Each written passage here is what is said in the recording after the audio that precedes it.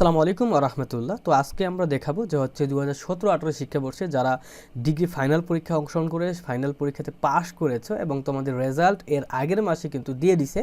তো আজকে হচ্ছে সিজিপিএ রেজাল্টটা কীভাবে দেখবে সেটাই তোমাদেরকে এখন আমি দেখাবো। তো গুগলের একটা ক্রোম ব্রাউজারে চলে যাওয়ার পর মূলত সার্চ বারে দেখতে পাচ্ছ এটা সার্চ বার। তো এইখানে আমরা যাই লিখবো এনইউ রেজাল্ট। তো এনইউ রেজাল্ট লেখার পর সামনে একটা ওয়েবসাইট চলে আসছে। সো এই ওয়েবসাইটটাতে ক্লিক করে দিব। সো ক্লিক করার সঙ্গে সঙ্গে আমাদের সামনে একটা ন্যাশনাল ইউনিভার্সিটি রেজাল্টের যে পেজ এইটা কিন্তু এখানে চলে আসছে। তো পেজটা আসার পর আমরা সুন্দর করে আমি একটু জুম করে নিই তোমাদের দেখানোর সুবিধাতে।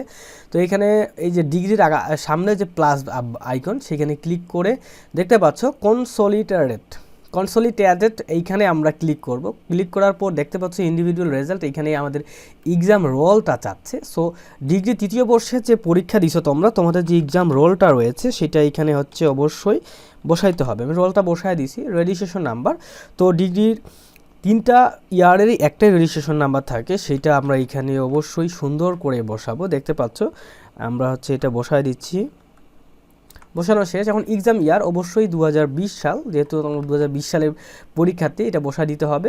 কেননা তোমরা হচ্ছে 2017-18 শিক্ষাবর্ষে 2020 সালের ফাইনাল পরীক্ষার্থী। ওকে, এবং এই যে একটা ক্যাপচা PM9Z, তো এটা আমরা ছোটো হাতের পি, ছোটো হাতের এম, তারপর ছোটো হাতের হচ্ছে একটা 9 দিতে হবে, ছোটো হাতের একটা জেড দিয়ে, সরি 9টা উঠেনি, 9 দিতে হবে, তারপর জে দিতে হবে, দেওয়ার পর সার্চ রেজাল্টে ক্লিক করার সঙ্গে সঙ্গে দেখতে পাচ্ছ আমাদের সামনে যে সিজিপিএ রেজাল্টটা এটা চলে আসলো।